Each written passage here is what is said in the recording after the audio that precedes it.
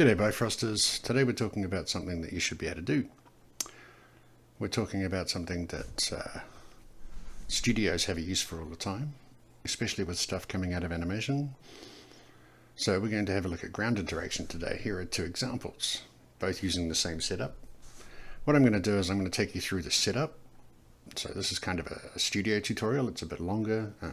It'll allow you to sort of take what we do here and then move forward with it to do your own stuff. I'm going to show you how to set up the ground interaction rig so that you can then have a set of points on the ground that you can do things with. In these cases, in one I'm emitting particles from those points, and in the other I am displacing and coloring points on a ground plane.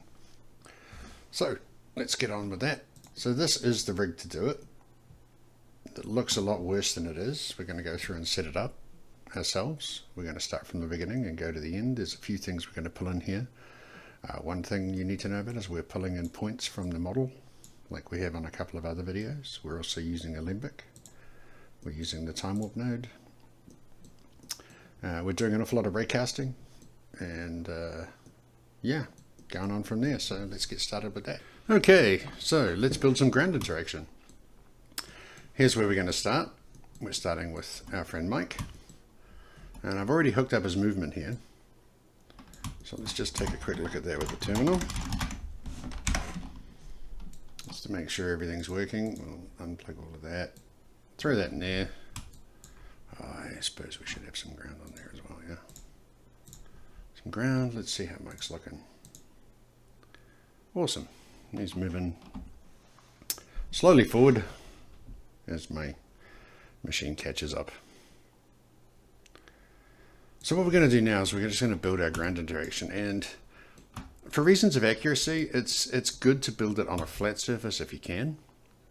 If you can't, that's another story. It'll still work, but if you can get a flattish or low res version, or not even low res, just reasonably flat version of your ground to do it on, it's going to make it better in the end.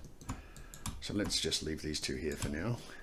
A couple of things I know I'm going to need straight off the bat. I'm going to be building a big network up here. You saw it. So let's put a pass down, and this is going to be the ground. So ground pass through, all good. And we're going to need something special out of Mike. I'm going to need just his body, so none of the armor, nothing like that. The reason I'm going to need that is because I'm going to need to pull points off him, which I have. Here are some I prepared earlier. But all of Mike, which is I think 22 objects, doesn't have the same vertex assignments as just Mike. So let's just get Mike out and we'll throw him up there as well. So from here we need a get from array. And I happen to know through long experience with our friend Mikey that the bit I want is number 15. And we'll check that in just a second. Mikey bud. Cool.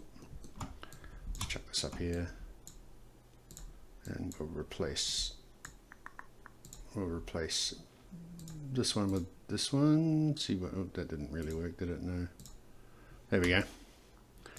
So the reason I needed this object is because these vertexes that we're going to be using were made with this object rather than the whole, rather than the whole alembic, which yeah has quite a lot of objects in it. So let's get that prepared first, and we'll unplug that for now. We'll be looking at something in a minute. So we'll just do it for 1 foot to start with, and then it's just easy to transplant to the second. So we'll just get the points and normals. Points are the ones that are needed the most. In this point, we'll just get the points out of Mike here. And let's start with his left foot. So we'll do a get from array. Get from array. So now this is the array of all of Mike's verts, and these are the verts we want. So just to run through this real fast, we have two things plugged in. We have the left foot and the left foot sole. They run through a switch. The switch is set to input 1. Input 1 is the second one, 0 and 1. And then it goes to string to array because this is a string separated by commas, and this just separates it out into an array. I can have a string array, a float array, or a long int array, which is useful because that's what I need. So this should have just got me the points on one of his feet. We can check that, and we should check that. Let's check it with a point display, which is just a little node I made. Let's just give it some easy to see color. and make it just a little bit bigger. And now you can see these points. This is just one of his feet doing its thing. And that's good because Mike, despite being a turtle, is an upright biped. Therefore, most of the time, his weight is pushed straight down through his center of gravity onto the ground. And we're going to use that to get this ground interaction. So, we are set for 1 foot. Let's just make our lives a little bit easier later. I'll put these up here. Put this in the middle. This is our ground. So, here is the heart of the ground interaction, and it's a raycast. So what we're going to do is we're going to raycast onto the ground. Let's just get a bit closer to this foot so we can see what we're doing. Maybe let's turn Mike's bod back on so that we can just see how this is going. You can see how those match up to his points. We're going to raycast from the point positions here. Maybe not from the display because we'll be getting rid of the display later. So this is where our raycast is going to come from. And now to raycast, you need a direction. And for our direction is going to be straight down. And we're doing that just for accuracy and just because Mike's a bit of a biped. It also depends on your shot. If he's pushing through something or if you need to emit something out the front of his foot, then I would use the normals. And I would actually use more of, let's just change the switch so you can see what I mean. I would use more of these as well. So that's his whole left foot there. And then we change the switch back and we just get the points on the sole of his foot. But for this one, it's a flat ground. He's a flat biped. I'm going to use straight down. So that means I need to get a vector of 0, -1, 0 into that port.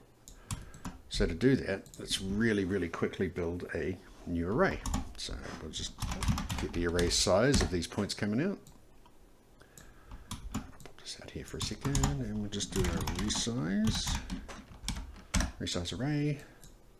That goes into, oops, no, that goes into there. Then we make a new value. Didn't want to do that. Create value node. There we go. We grab this value and we make it a vector 3. And we set that vector 3 to 0, -1, 0. So that is 0 on the x, -1 on the y, so straight down, and 0 on the z. And that just goes into directions. And this is you know, there's more to come from this to get accuracy and things, but this is the heart of it. Let's have a look at what this is doing with the location scope. So plug our locations in. We'll plug our geometry in, which is going to be the ground there, and we'll plug our positions in, which is going to be these ones. Nothing's happening. Let's turn that off. And let's maybe plug it into a terminal so we can see the result of it. Oi. Let's plug that into the diagnostic there.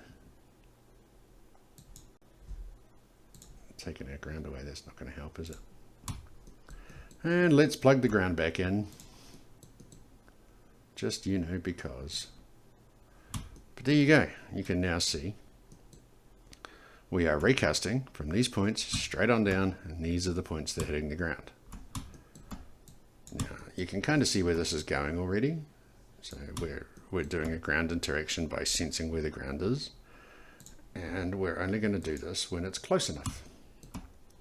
So in our raycast locations, we need a cutoff distance, because right now, if I was to run this as a ground interaction, even though his foot is right up in the air, it's not touching the ground, not interacting at all, it's still sensing the ground because these aren't cutting off soon enough. All right, so we need to drop this number. See, now that's all above the distance of 1. So now when we come forward, you can see that his foot's starting to pick up. And then as it lifts, yeah. Nice. You could actually use those to make some nice sticky. But that's a different lesson. That's just given me an idea, and I'll be taking a look at that later. But that's still a little too far away, because when he's lifting this part of his foot, you don't want him interacting with the ground anymore. So we need to drop that some more. And I would say we need to go even more. Something like 0.2. So I'm just going to turn these points off for a second so we can see what we're doing. If he's working on a perfectly flat surface, you could possibly even push that a little further. You could push that down to like 0.15 so that it's really, really close. And if we turn off mic, which I think is this one, nope. Is it that one? That's that one. Of course it is. I'll just take that away for now. You can have a look to see what kind of a footprint he's leaving. And I've already noticed one thing. So I'll just get him back. And the thing I've noticed is that he's actually going, oops, that's gone a bit. He's going through the ground. And of course, when he goes through the ground, because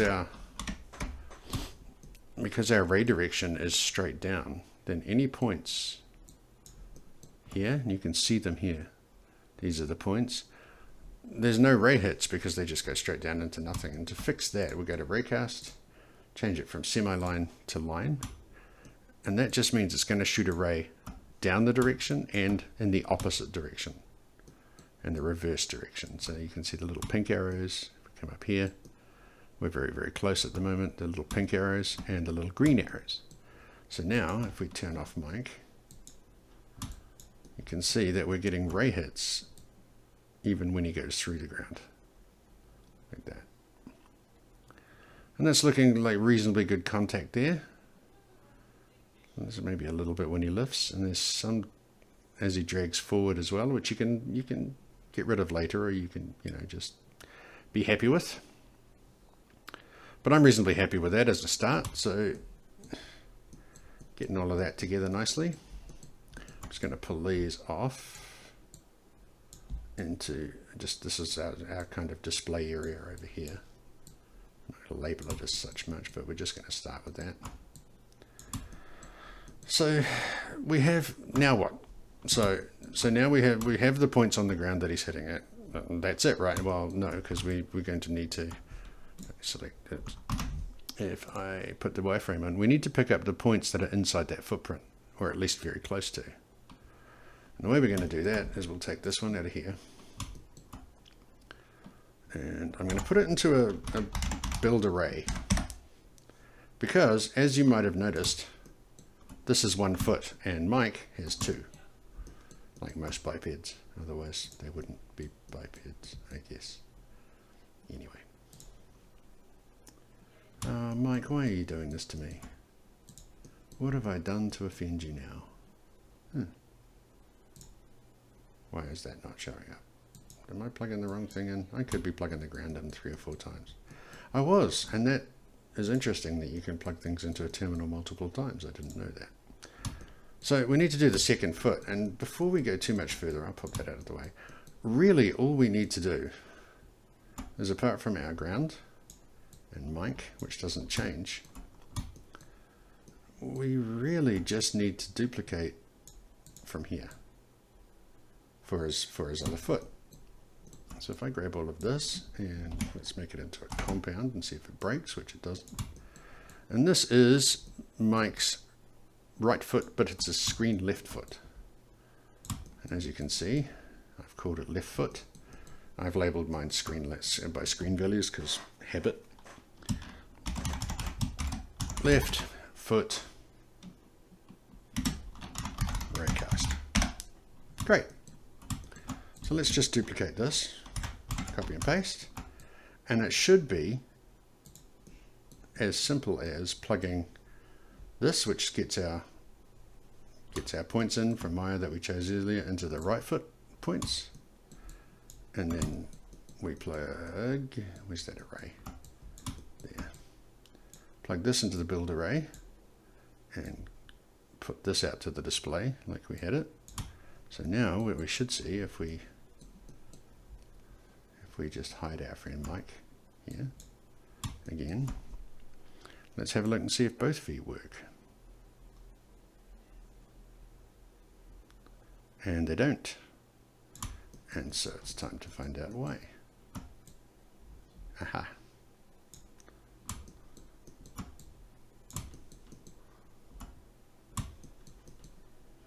Our location scope should be working.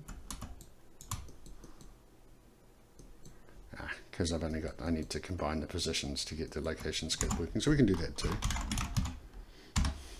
Pull the ray from here, plug that in as well. There we go.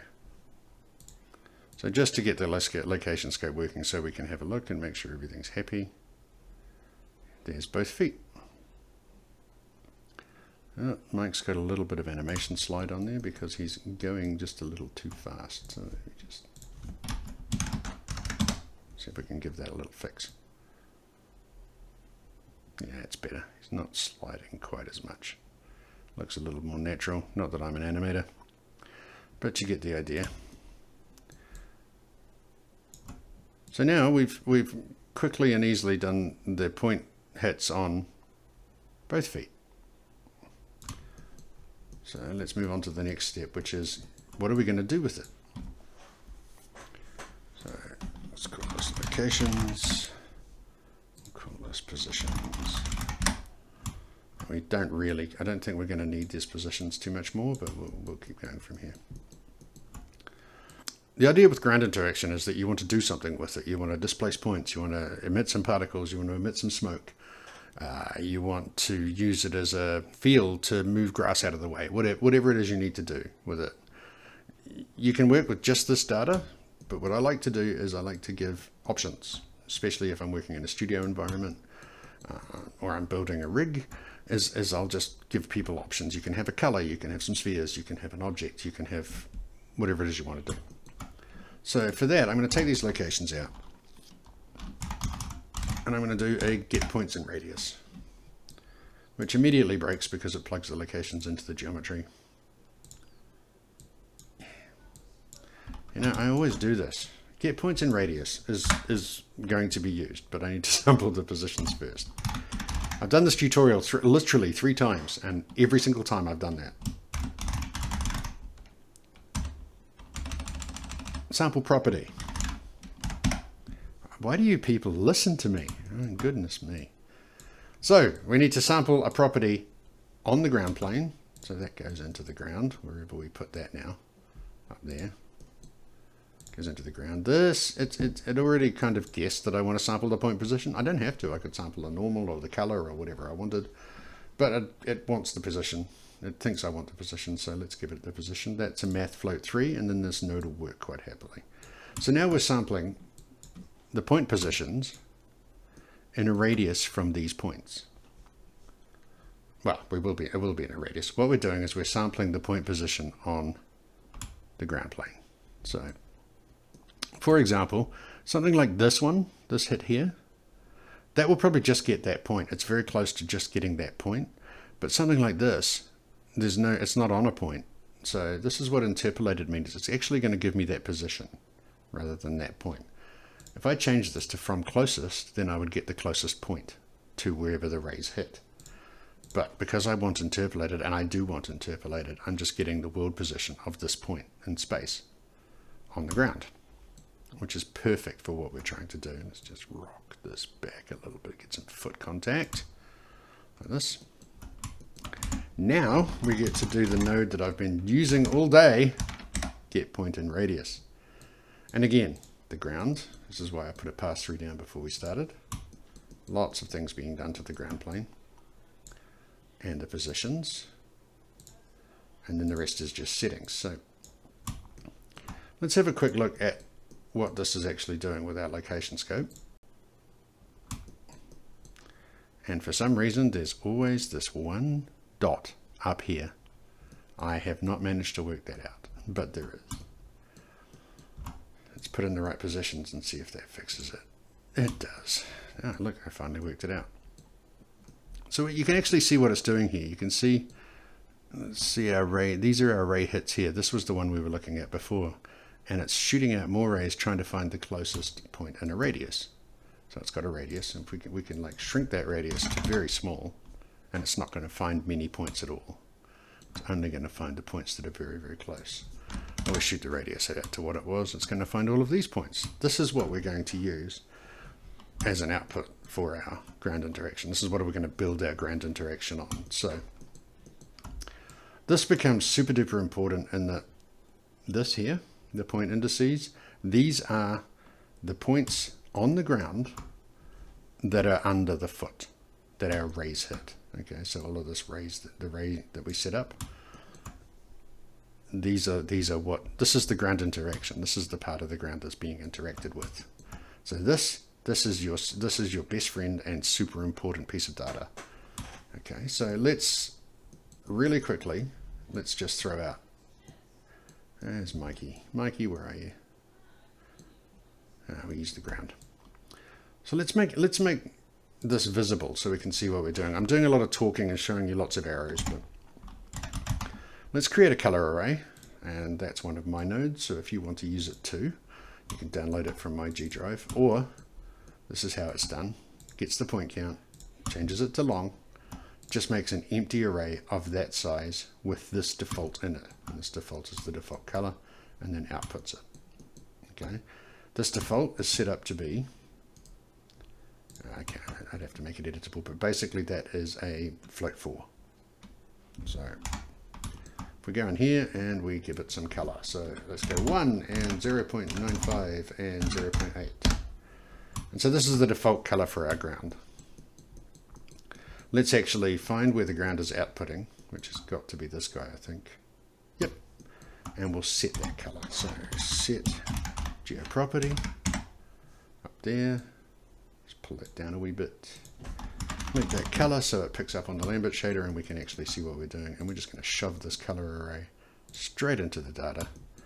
And then mess with our terminal a bit so that it actually decides to display the colors, because the terminal's not always good for that. We'll pop it in the diagnostic. There we go. We'll switch out this for, oops, switch that up to the proxy. And it breaks again because, yeah, I don't know why terminals do this, but they do.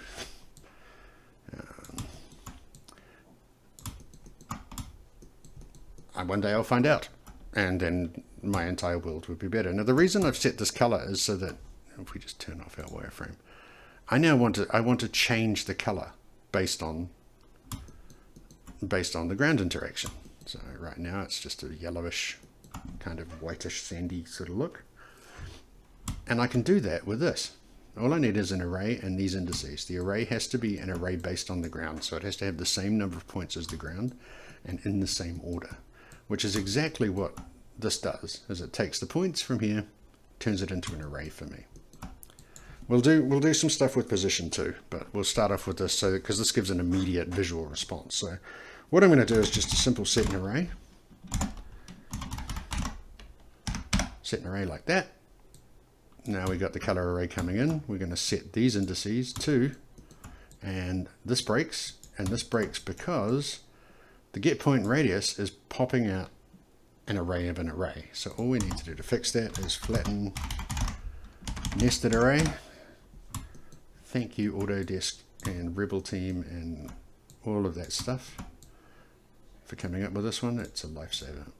Pop that into the index. That's now working. You can see it's already working. There's no color coming in, so it doesn't know what to set it to.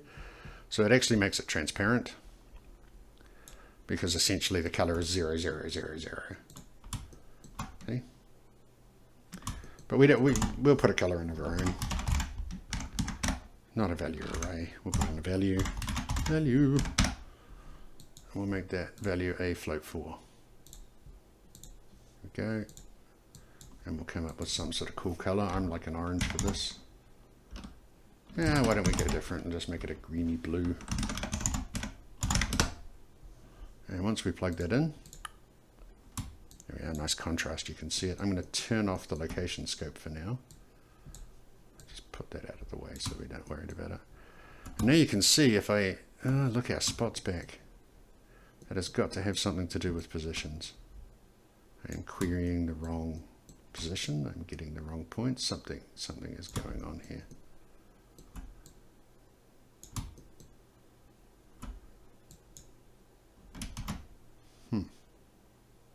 That's interesting.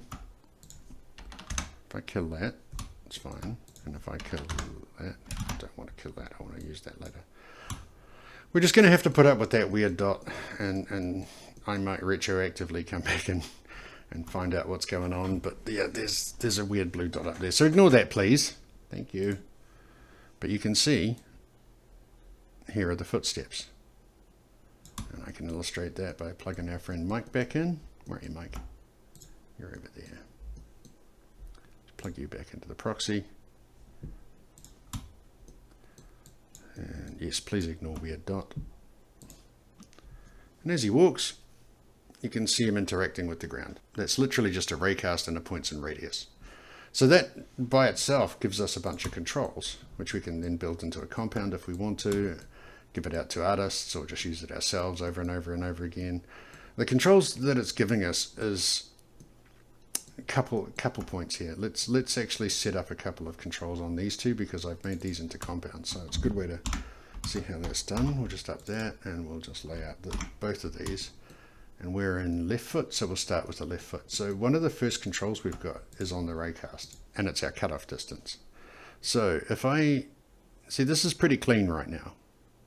However, if I change this cutoff distance to, say, a bit longer, 0.3, you should be able to see, like there. See that? As he kicks through, his toes get close enough to the ground plane to actually, his foot's grounded, toes kick.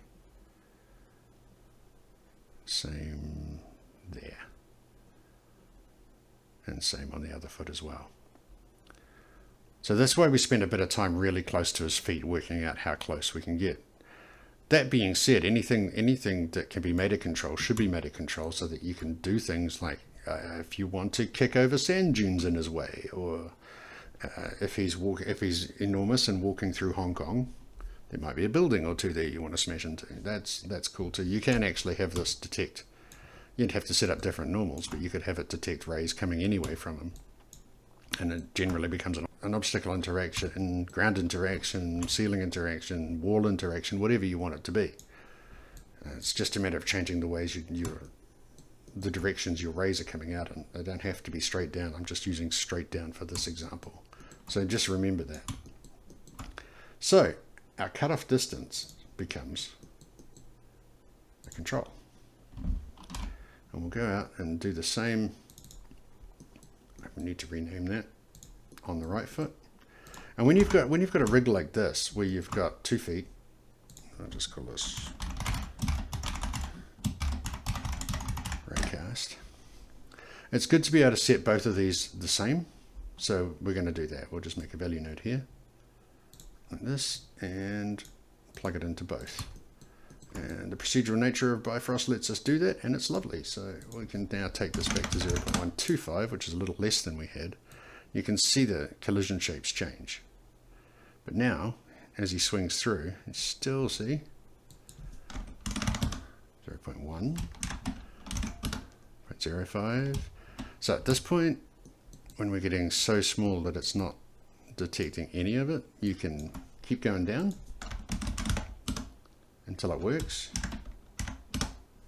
and it's just not going to. So in this case, we're going to need to sort that out in a different way. Yes, I did it deliberately. So that's our first control. Let's get that back to where it was, which was 0.15. Also weird dot, I need to get onto that. But not in the middle of this tutorial. The next thing we need to have a look at is the spread. That's pretty big. Now, Mike, don't forget, isn't totally all just naked Mike with his naked feet. He does have a bit more width in there. It's always good to have the full character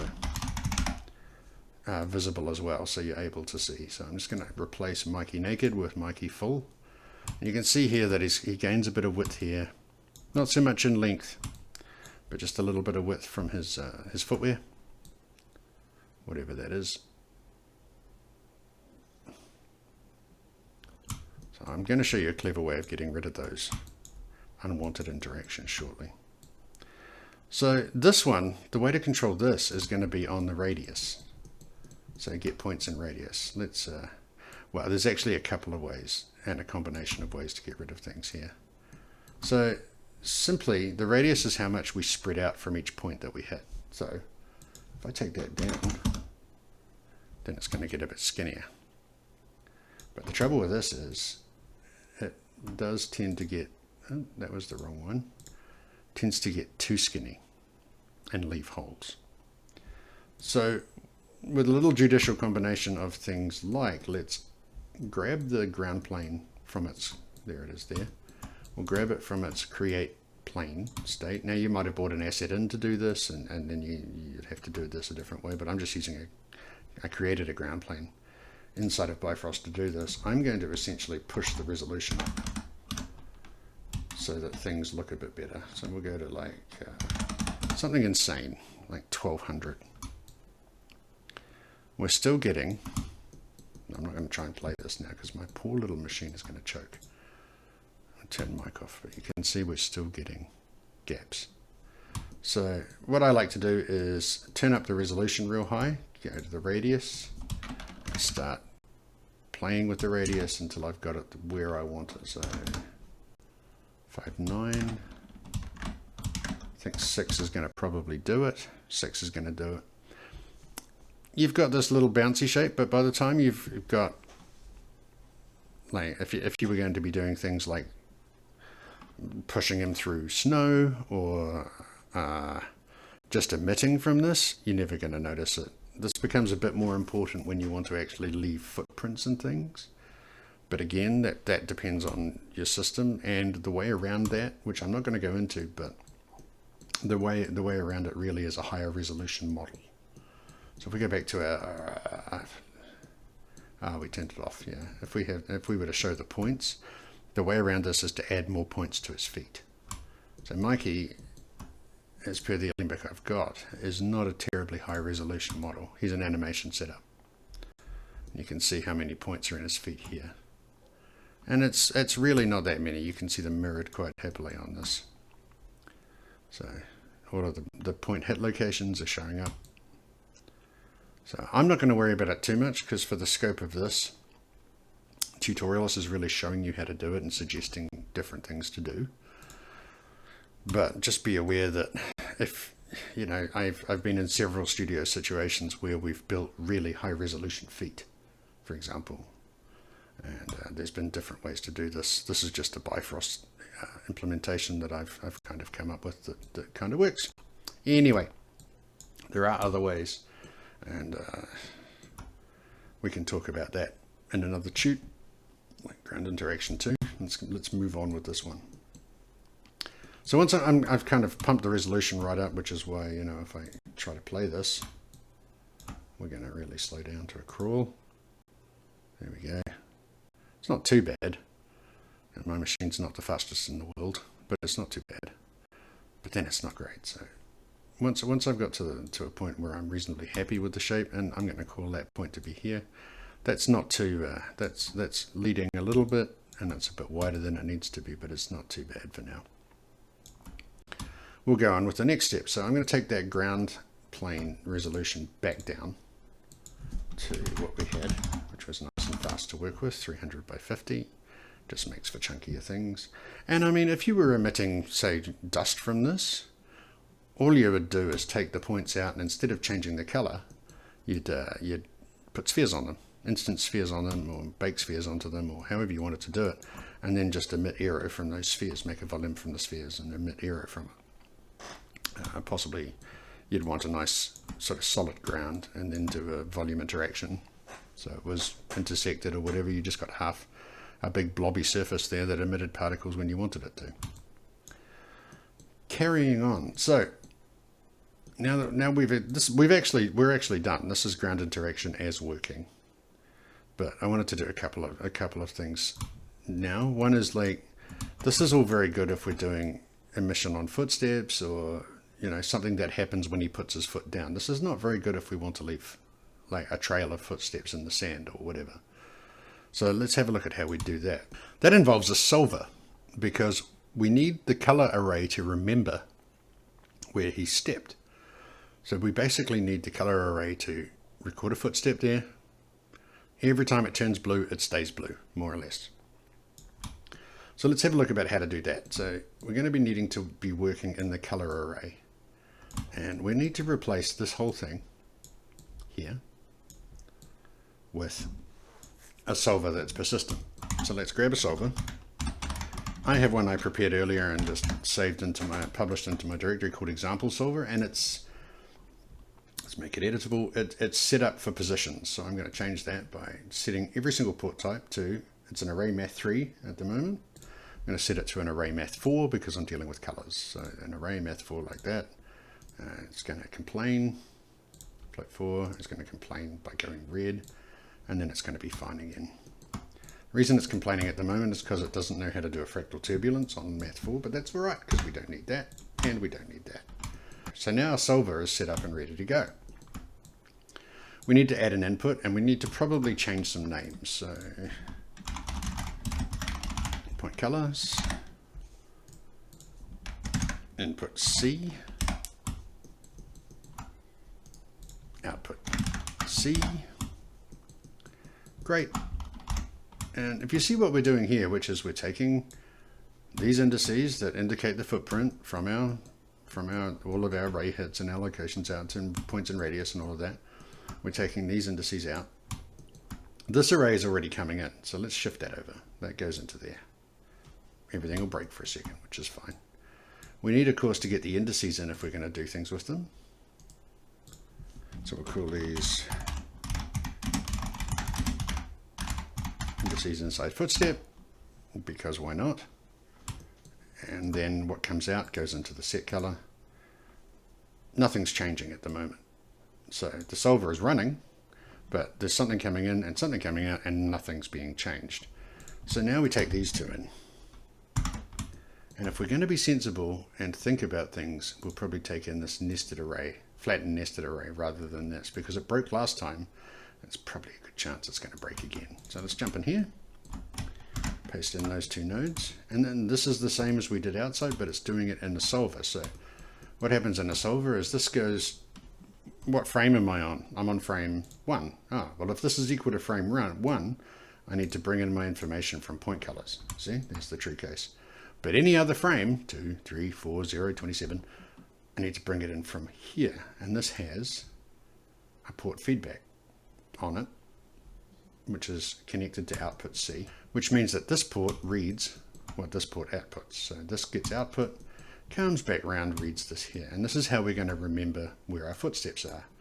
Because right now, the color array is coming in, going straight through, coming out. Nothing's changing. All of the color array is this color.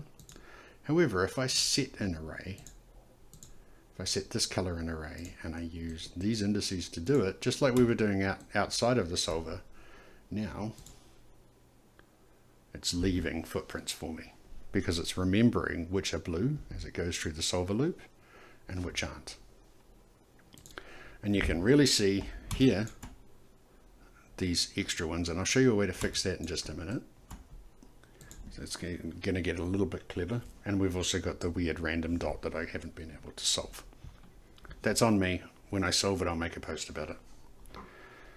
But after looking at it for a day and a half, I'm just quite happy to leave it where it is right now, to be quite honest. But we are indeed making footprints.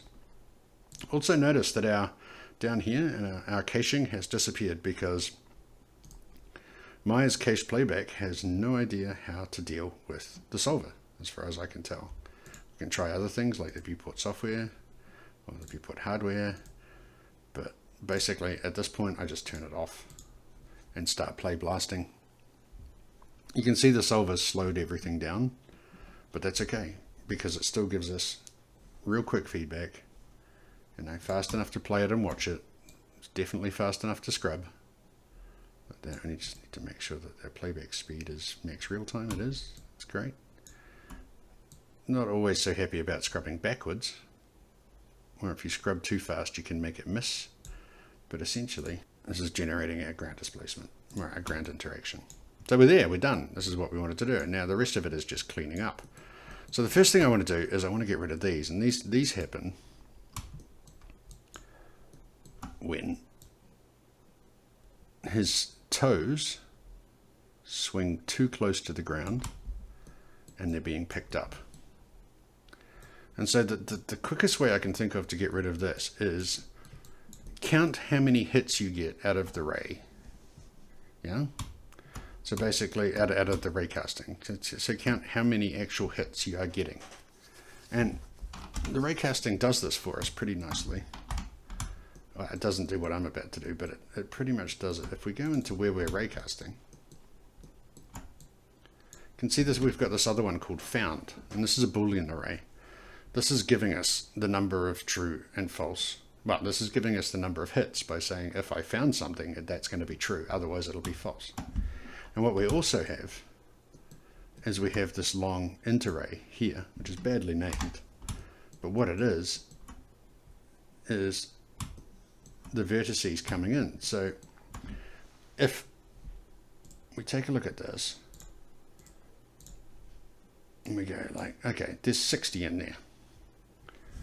There's 60 points on his foot that we're casting rays from. They're going in there, being happily raycast as our positions once we get them from an array. But either way, all of these will be 60. There will be 60 points in these. There it is, 60 points. So that means that if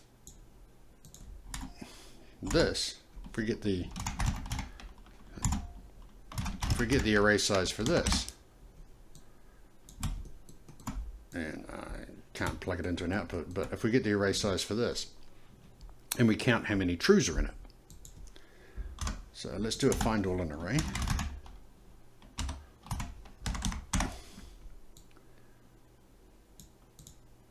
That was supposed to be find all. Find all in array. Here's our array, it's a Boolean array, and I want to find all of the true values. So we know that there's 60 coming in, and the trues are the hits. So that means that 60 coming out would be all of the points are hitting, and 0 coming out would be none of the points are hitting. And if we divide whatever comes out of there, the size of whatever trues come out of there, the size of those indices basically, if we divide that by the total number of points, then we've got a percentage of the points that are hitting. And that means we can set that up as a control that says unless you get more than this number or more than this percentage, don't draw anything. And that's what we're going to do. And we'll do it in here, and then we'll go across and do it in the other one as well, just so repetition is good learning, right? So first thing we need is this guy, and we need to get his size. So size. And we'll call this total rays cast. All right, and again, we need to get, now this find all in array is finding me all of the hits in this array. So we need the size of that as well. Total rays cast, and this will be total hits.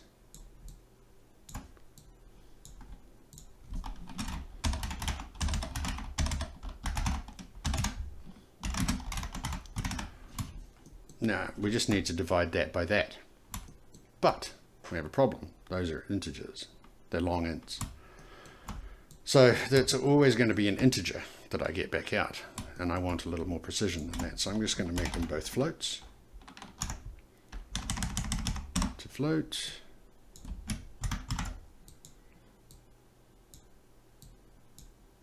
To float. And I need to divide my total hits by my total rays cast to get a percentage. So that'll be a number between 0 and 1. So we put in a divide node. We're dividing this number, which is total hits, by the total rays cast. And this will get us our hit percentage.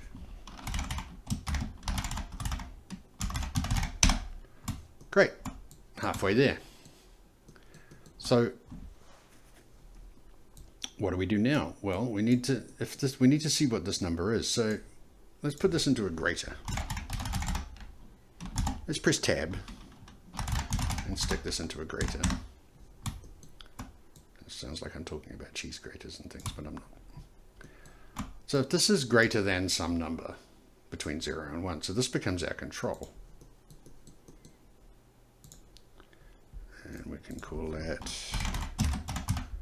hit ratio. Great.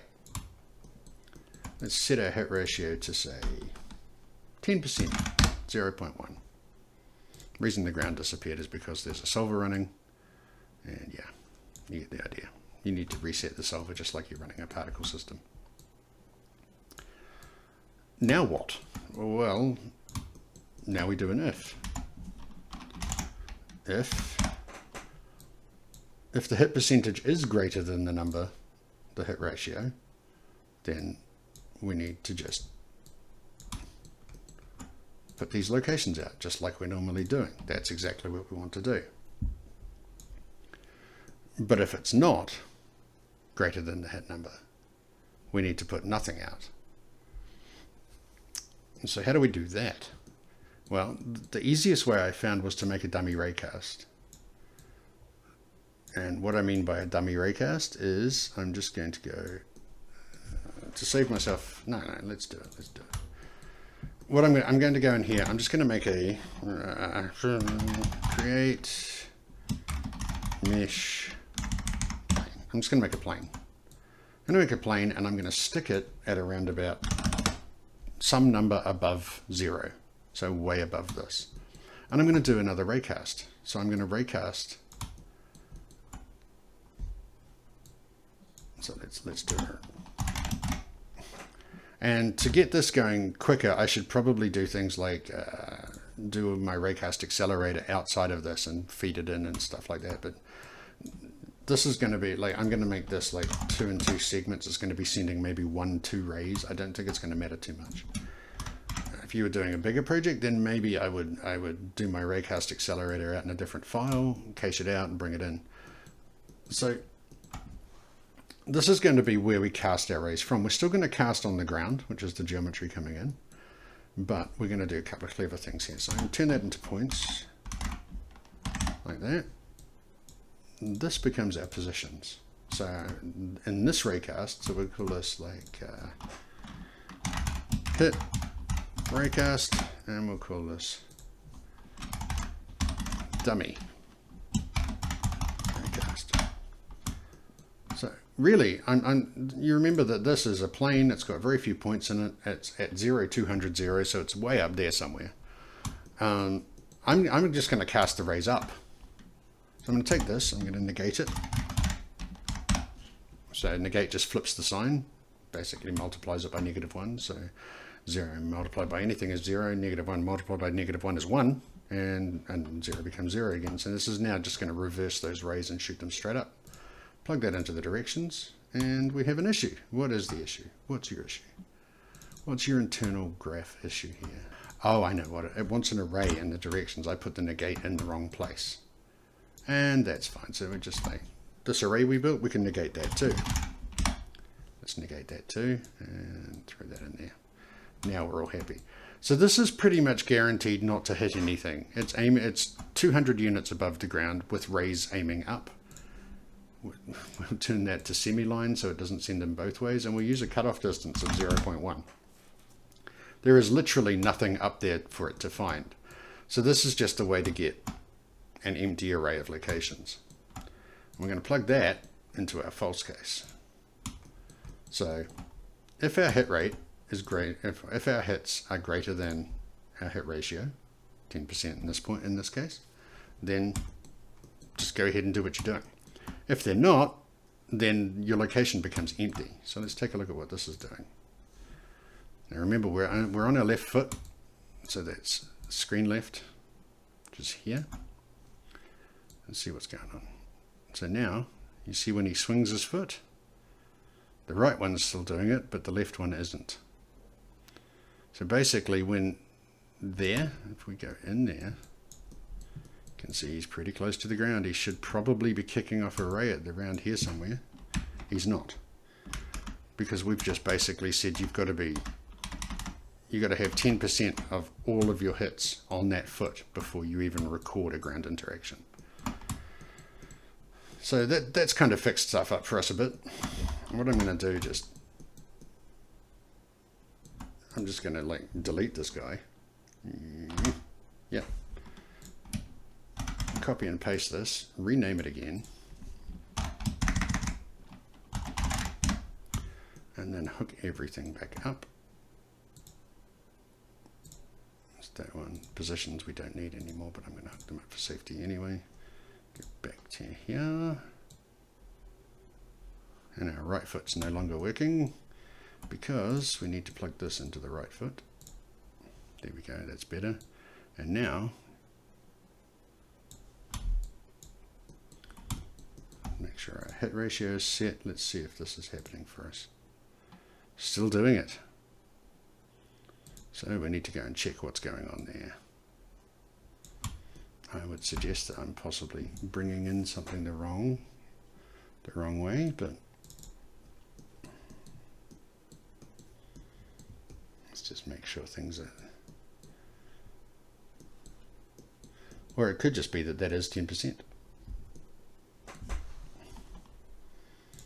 Let's try setting the hit ratio for this one to 0.05, so 5%. Oh no, I needed to make it bigger, don't I? So 0.2. It's got to be 20% or bigger before it sets itself off. There we go.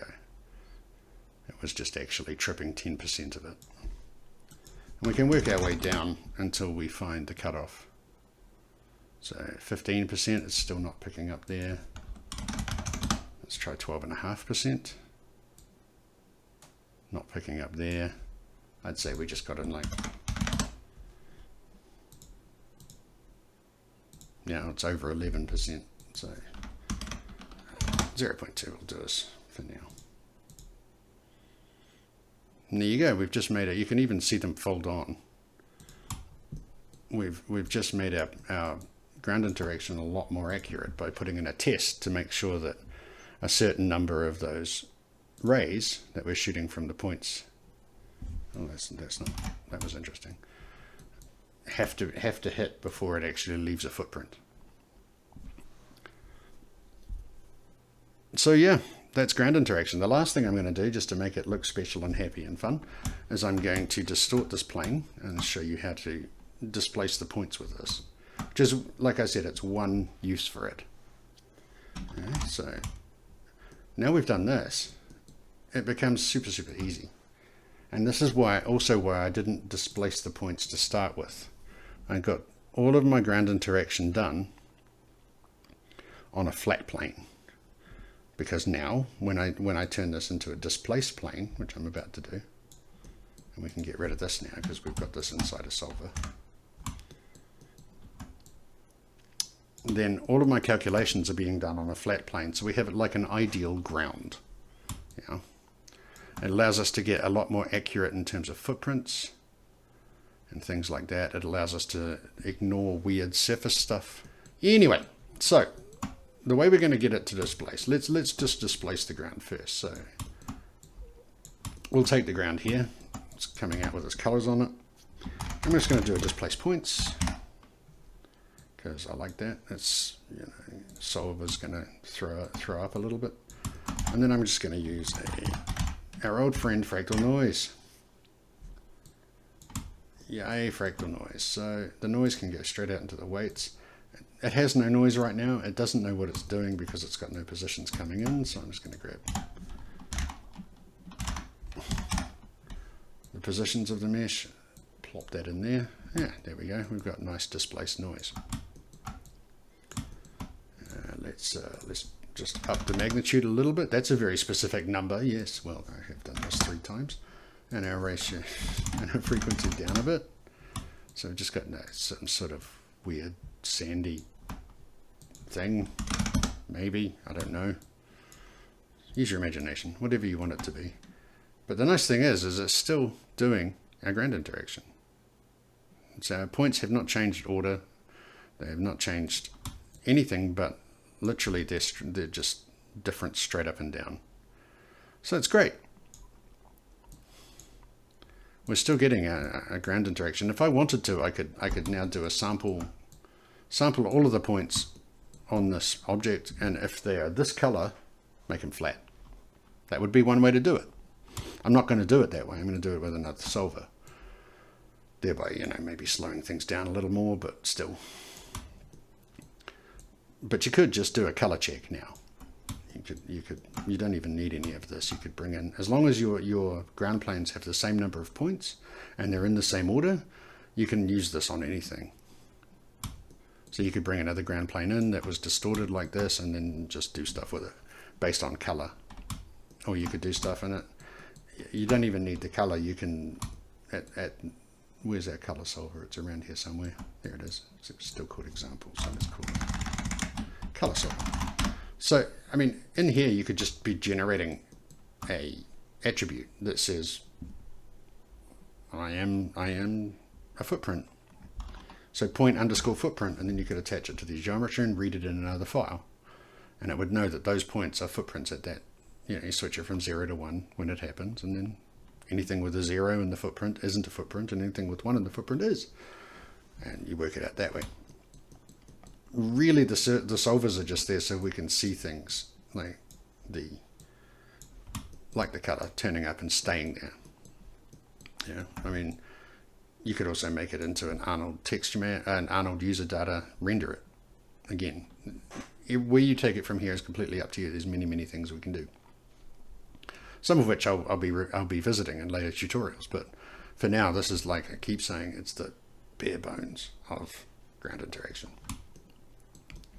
So now we want to displace this. So we want to basically create footprints in this by pushing it down, and it's going to look a bit like the NPM terrain curve system, but it's not going to be. It's going to be much more of a hack, and much less pretty looking. So what I need is I simply just need the solver again. So we'll copy that, paste it here, and it has the added bonuses that it brings in these, which I need. I don't need those. We have to switch everything back to a float 3 array, because while colors are float 4, positions are float 3. So go in here, and I mean, if I was clever, I would have done the color one as a float 4 and just a float 3 and just added the 4th value on output. But yeah, anyway, I didn't. And then once more here, array math float 3, and again it's complaining because it doesn't want to set a float 4 to an array, so we can just pop that straight out and delete those. So now we've got our bare bones doing nothing solver again, and it really is doing nothing. It's just quite happily passing the positions through. So instead of colors, these are positions now. So again, we come in here and we just go get from array, and we're going to get that. We're going to get those indices. So these are the indices we want to play with. Now we've got to think about how we want to displace this, and what I've done is just displace straight down. And I happen to know that the ground level is minus 0.06. That's where the bottom of his feet are. They're at minus 0.06 because I measured it. So first thing I'm going to need is that value. It's a float, which is lucky, negative 0.06, and let's just call this, oh, we don't need to call it anything because it's a value, but we can, if we wanted to, change it to the name. Ground level, and we could make this a control as well and change it as we go. But this is our ground level. So let's split out these into scalars, vector to scalar, vector 3 to scalar, because we just want to affect the y. So let's go y, and first thing I'm going to stick in here is an if statement. So actually I'm not, I'm going to stick in, because all I want to do is I don't want to pull the ground up when he walks onto it, I want to push it down. So I'm going to say, hey, are you greater? Actually, even better. Are you greater or equal to our ground level? There's our ground level. There's our y. Goes into the if. For a start, if it's not greater or equal to the ground level, then we want it to stay as it is. So we'll pop that in there. That's just the y coming through. However, if it is greater than the ground level, we want it to be flat, but we don't want to instantly flatten it. We don't want it to just drop straight down there. So what I'm going to use is a lerp. It's a little linear interpolation, which means that every frame, every time through the solver, it will go from our first value, which will be the value it was, to our second value, which is the value we want it to be, by a certain fraction. So if I 0.5 and it starts off at first, and then first time through it's 0.5 on its way to the second. So it's the difference between this and this multiplied by that. And then the second time through it's 0.5 of that, and so on and so on and so on and so on. That one tends to get there really, really quickly. So let's just drop this to say 0.2, see what happens. And then this becomes our true case. So basically what we're doing is taking the y value, taking it from this level to this level by this fraction. Okay. Then we need to get back to vector, so scale it to vector 3 because it's a ground thing. So the x and the z don't change. If you wanted to push things outwards a little bit, you could do some math to those two to push them away. You'd have to get the centroid of the foot and push it away from there. That's not too hard to do. The centroid of the foot is just essentially the average of all of the points that you brought in, point positions that you brought in. And then this becomes our y. So this is what's going to shrink us down to ground level. If for a start, if we're greater than the ground level to start with, greater or equal to the ground level, then we're going to run through this loop. If we're not, we're just going to stay as we are. And then instead of adding this to the point position, which you would usually do to deform something, I'm going to set the point position by just plugging that straight in there. Okay, we've got an output warning somewhere, but it's old. This is our position solver. And nothing's hooked up to it yet. Yeah? What we need is our displace points.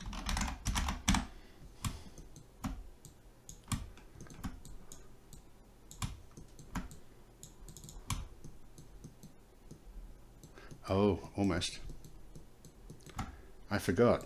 We got from the array. We need to set in the array.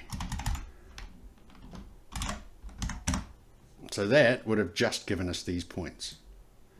And yeah, that was my bad. I forgot about that. Again, I've done this twice, 3 times. I think twice I've forgotten to do this and wondered why it didn't work. So we're setting those values in that array at those indices. So this should look a lot better now once we actually hook it up. So now we just need the point positions going in there. That's all of the point positions. And then we just go back up here and do a set point position. Plug those in. And let's see what's happening now.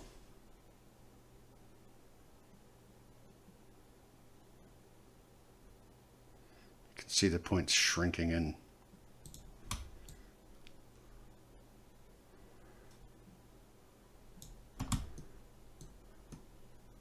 And let's just have a look and see if we can make this a little more obvious in our position solver.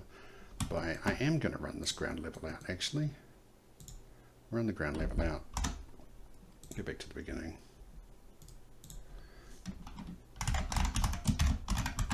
Let's see if we've got this working right. And actually to get things looking better, I'm just going to update my normals as well. Update mesh normals. Like so. And let's go for a ridiculous ground level. -2. Let's see if that's doing it.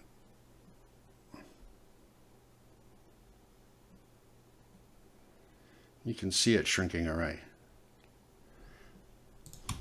We're leaving nice big deep footprints. So the reason it's not just going straight for the level, which is huge at the moment, you can see it shrink down the longer his foot stays there, is that loop.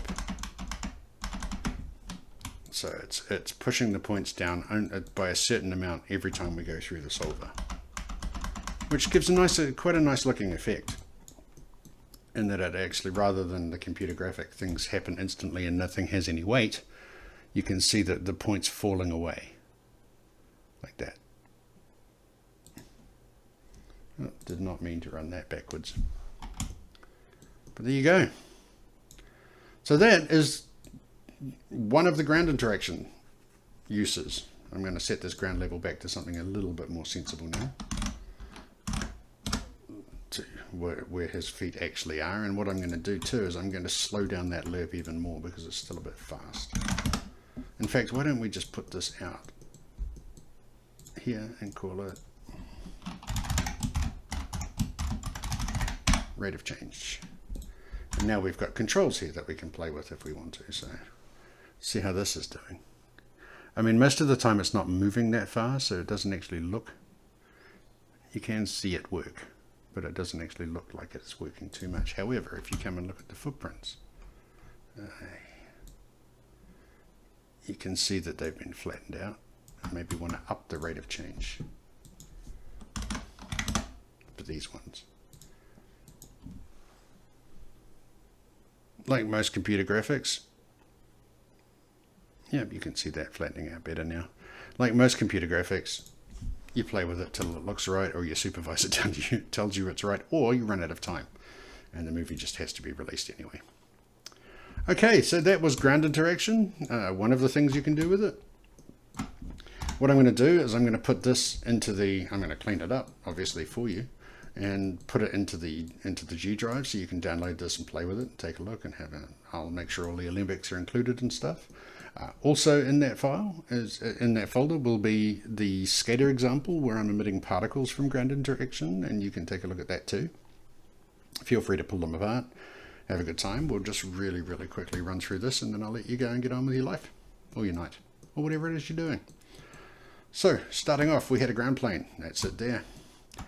We already had the movement, we already had the alembic coming in with the time settings all right, and we already had everything set up for us because I set it up for us. So what we did is we got Naked Mikey and our ground, and we got the points from those, and we got the indices that we brought in from Maya. So these are what these are. These strings are just big lists of vertexes. Okay, so I'm just going to go through one of these because it's just the same for both. What we did is we got those indices from that position array. It's the first thing we did. We made a new array here just for our directions, and we threw everything into a Raycast. Let's just get rid of these watch points because they're a little bit visually confusing. So we threw everything into a Raycast, and we were Raycasting on the ground geometry. That's our ground geometry there. From these positions that we got from that array in the direction of -1. We then played with our Raycast settings, our cutoff distance specifically, until we had something that looked about right. Okay, I'm going to get this guy is for later so he can move out of my way for a second. Alright, so once we got our Raycast looking right, we spat out our locations. Our locations then went into an array with our other foot. We sampled the property, which was the point position of the ground. We got the closest points in the radius to that, flattened that array out, and threw that into a color solver. And what this gives us, this isn't so important. These are the footprints. These are the indices on the ground of the footprints as per our settings. We also played with our radius settings until we got things looking okay. Yeah. Then we built a solver so that we could remember our footprints. By this point, everything we were getting blue footprints wherever he put his foot. That was great, but they weren't persisting. So we threw that into a solver so it would remember, the array would remember what was going on. Then we changed our color and it was great. And then we decided we were getting too many hits on his toes. So we went back into our setup here and we did a hit count. So what we did is we found everything in that array that was true. So every time it hit, we then took the size of that and the size of our total hits, converted them to floats to do math with them, divided one by the other, and that gave us a percentage, which then went into the logic that says, am I greater than this number, which we put out as a control over here, the hit ratio. If it's true, if it is greater, then we're good. Everything goes out. If it was false, if it was less than that number, so we set up a dummy Raycast, which was just a, oopsie daisy, that was terrible. Let's stop that. Which was just a dummy plane, 200 meters up in the air, casting rays upwards for a very short distance, trying to find the ground, which it's never going to find. So this is an empty Raycast location. These are always false.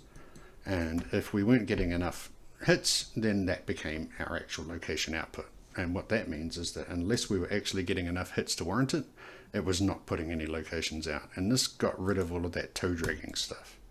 So I included this because many times animation departments, despite the fact that they're the loveliest of people and are really wanting to help you and absolutely love building pre-roll for effect shots, sometimes they don't quite have time, or they don't quite have it right, or they don't know what the ground's going to look like. They're actually animating to a plane or anything like that. You can never rely on circumstances in a studio or in a shot. You have to sometimes just take what you're given and make systems that help you solve these problems. And this is one of those, and that's also why I included it.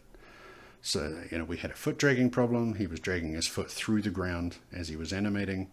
We fixed it by saying you need enough hits on that foot to actually perform ground interaction. We output that. Don't need that anymore. That was just there to show us some stuff earlier. Then we built an array of our locations from both feet. So both of these contain that little bit of logic there that says, hey, I've got to have this many hits. Both of them have a control, a hit ratio control, which at the moment is set to 0.1 on one and 0.2 on the other. So we could just set ourselves another option here. We also have a cutoff distance control. If we made this into one big compound, we could feed all of those out into a nice little interface and work with that, which is something I'm planning on showing you guys. And then we just went straight back through it all again. We have a color solver now. We then displaced our ground after our color solver, which is here. We displaced our ground, and I showed you how we could flatten those out. There you can see the flatness there. You can see them pushing down there. You can see them pushing into the ground there. We just used the lerp to do that between the new position and the ground position, or the existing position and the ground position. And did it on the position solver, set point position, updated the normal so it didn't look so naff, and off we went. And just to show you exactly how that's working, let's double our height here, like this, and see what that looks like. So I'll just drop that through. And this now, because of the lerp in there just pushing things down rather than dropping them immediately, you can really sort of start to see this looking like he's walking through stuff. And you can also see how his foot sometimes swings straight through the ground without leaving a mark. And that's our hit range doing that. Because if you have a look back here to this bigger lump, here his foot goes straight through it, and it is making some hits because they're going straight up and down. Our rays are going straight up and down, but for a start our distance is so close it's not going to be picking many of them up. And when it does pick them up, you can see that our the system we put in there is saying, well, not enough hits, I'm not going to leave a footprint. Yeah. And also in our position solver, we set a rate of change in a ground level. So let's set our ground level to something dumb and run it again, just to show you that it is actually working. A lot of times you need to do tweaking and tattooing and stuff like that just to make sure everything's all right. Take a look at our rate of change as well. So it's only doing this if it's above the ground. You can see that being pushed down. And our rate of change is pretty good. So that's it. That's ground interaction in a nutshell. Really everything after maybe this point, or maybe no, everything after here. Don't need that anymore. Everything after here is not ground interaction anymore. It's doing things with the ground interaction. The information that gives you your ground interaction is these indices here. Okay, so this is what you would use to put spheres on it, to put a volume on it, like we did color or change position or whatever you wanted to do. All right, I hope that helps and gives you some ideas, and I'll see you next time.